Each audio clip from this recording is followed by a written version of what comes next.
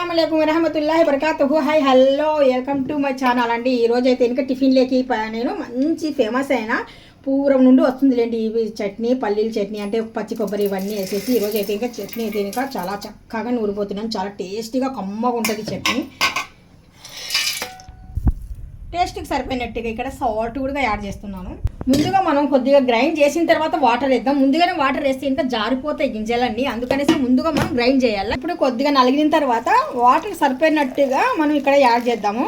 ఇక్కడ తాలింపు అయితే వేస్తున్నాము, చట్నీ తాలింపు. సరిపోయినట్టుగా ఆయిల్, ఎండుమిర్చి అలాగే వేస్తుంటే ఇంకా మా పిల్లలు తీసి పాడేస్తున్నారు, అందుకనేసి చిన్నగా చిదగొట్టేస్తున్నాను. తాలింపుకు కొద్దిగా జీరా అయితే యాడ్ చేస్తున్నాను, కొద్దిగా ఆవాలు. ఇప్పుడు కరివేపాకు వేద్దాము.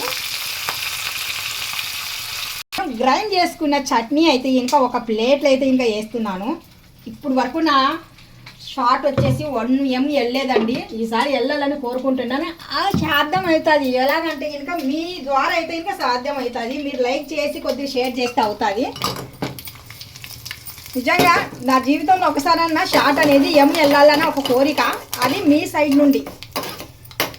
ఇప్పుడు మనం గ్రైండ్ చేసి పెట్టుకున్న తాలింపు పోగు అయితే కనుక ఇలాగా యాడ్ చేస్తున్నాను.